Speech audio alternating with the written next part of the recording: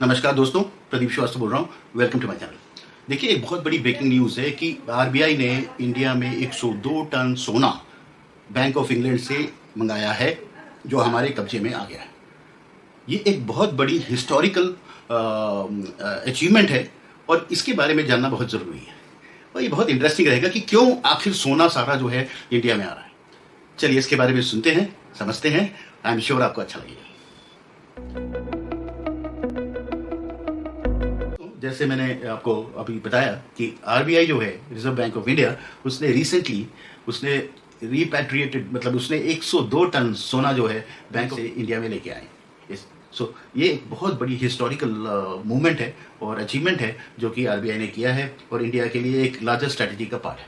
So India की largest strategy है वो ये है कि डोमेस्टिक गोल्ड होल्डिंग्स भी धीरे धीरे बढ़नी चाहिए, एक्यूमुलेट होनी चाहिए, सारा जो है बाहर नहीं होना चाहिए, right. So that was the strategy. और इसके लिए जो है पिछले साल भी जो सोना इंडिया में आया था वो करीब 100.32 टन आया था, which is a great significant move, right. So reserve bank of India जो है कि 100.32 टन जो है गोल्ड रिजर्व्स उसने 2024-25 में फिस्कल ईयर में इंडिया में लेके आए और इससे डोमेस्टिक होल्डिंग जो इंडिया की है वो करीब 20 टन हो गई है 31 मार्च 2025 तक।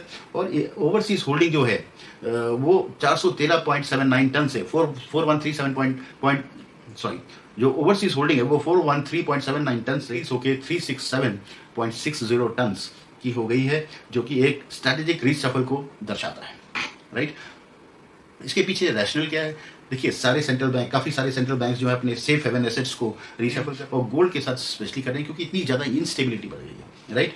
सो अगर हम गोल्ड डोमेस्टिकली होल्ड करते हैं तो आरबीआई के पास ग्रेटर कंट्रोल रहेगा और दूसरा लोकल गोल्ड प्राइस रोल रहेगा और ये फ्लेक्सिबिलिटी भी आ जाती है आरबीआई के पास to deploy its reserves, right.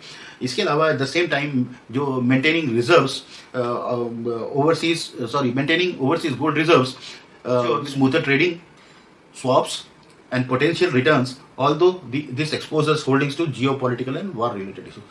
अब ये तो रिस्क है ही, और इसी रिस्क की वजह से ये लार्जर स्ट्रैटेजी को डिप्लॉय किया है, राइट। और मैं एसेट वैल्यू सर्च के बारे में थोड़ा सा इसके नॉलेज दे दूं तो ये 31 मार्च 2025 तक आरबीआई की जो गोल्ड रिजर्व्स थे बैंकिंग डिपार्टमेंट के पास वो करीब 57.12% सर्च हुए हैं, राइट, वैल्यू टर्म्स में, which essentially from 274,714.27 crores, which is 2,74,714.27 crores से ये बढ़कर 4,31,624.80 crores हो गया है, which is a significant increase and an addition of 54.13 tons of gold, right?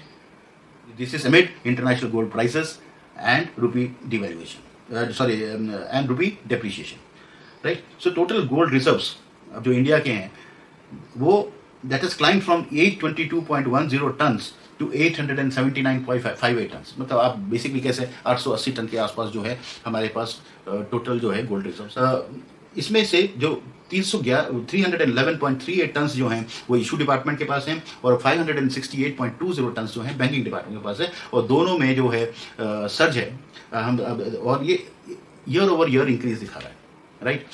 अब कंक्लूजन में क्या आता है कि ये आरबीआई की कंबाइंड स्ट्रेटेजी है, गोल्ड होल्डिंग्स को इंक्रीज करना चाहते हैं जिससे कि एक हमारे पास बैलेंस रहे, क्योंकि पहले सारा गोल्ड जो है हमारा लंदन में होता था, विच वॉज नॉट गुड, और ये हमारे लिए अब इकोनॉमिक पोजीशन को स्ट्रांग करने के लिए अच्छा है, लिक्विडिटी के लिए अच्छा है, रिस्क को बैलेंस करने के लिए अच्छा है, और ग्लोबल टेंशन और अनसर्टेनिटी की वजह से डोमेस्टिकली अगर आरबीआई के पास गोल्ड है तो it is good for the country. So that is all it means. So अगर इसको मैं थोड़ा सा और ब्रेक कर दूं कुछ लोगों के अंडरस्टैंडिंग के लिए, तो मैं आपको बताता हूँ क्वांटिटी के टर्म्स में। जैसे मैंने बताया 102 टन जो है गोल्ड जो है इंडिया में लाया गया। रीज़न क्या था कि फिजिकल होल्डिंग्स जो गोल्ड में है उसको बढ़ाना था, जिससे कि हमारी रिलायंस जो है फॉरेन कस्टडीज पे कम। हिस्टोरिकल कंटेक्स्ट क्या था? हिस्टोरिकल कंटेक्स्ट ये है कि जो रिपाट्रिएशन था वो एफर्ट सिग्निफिकेंट है, keeping in mind considering the repatriation effort is significant, especially considering India's past reliance on pledging gold abroad during the 1991 economic crisis. Right. Strategic importance क्या है? स्ट्रैटेजी ये है कि गोल्ड रिजर्व डोमेस्टिकली रखने से India की economic independence बढ़ेगी और फाइनेंशियल स्टेबिलिटी बढ़ेगी, राइट। सिक्योरिटी क्या है? ये जो गोल्ड ट्रांसफर हुआ है बहुत ही हाई लेवल ऑफ सिक्योरिटी और सेफ्टी से हुआ है, जिससे कि किसी को भनक तक नहीं लगी, राइट। और सो आरबीआई की टोटल जो रिजर्व्स हैं, जैसे मैंने बताया 880 टन हो गए हैं, और आज की डेट में 880 टन के आसपास जो है हमारी गोल्ड रिजर्व्स हो गई। ग्लोबल कंटेक्स्ट यह है कि काफ़ी सारे central banks, for example America, China, ये सारे जो बैंक्स हैं इन्होंने अपना गोल्ड इसी तरह से वो भी अपने को स्ट्रॉन्ग कर रहे हैं। और इनफैक्ट मैंने एक वीडियो भी डाला था जिसमें अभी 2-3 हफ्ते पहले ही डाला था, जिसमें मैंने बताया कि चाइना ने स्ट्रैटेजी एक स्टेप फर्दर ले ली है और उसने अपने गोल्ड रिजर्व्स की स्ट्रैटेजी को, उसने एक ओवरसीज वॉल्ट खोला है हांगकॉन्ग में, जहाँ पे वो गोल्ड रखना शुरू कर रहा है और वहाँ से वो ट्रेड करेगा, और ट्रेड वो युआन में करेगा, जिससे कि डी डॉलराइजेशन का वो फ़ायदा उठा सके। So that is what it is.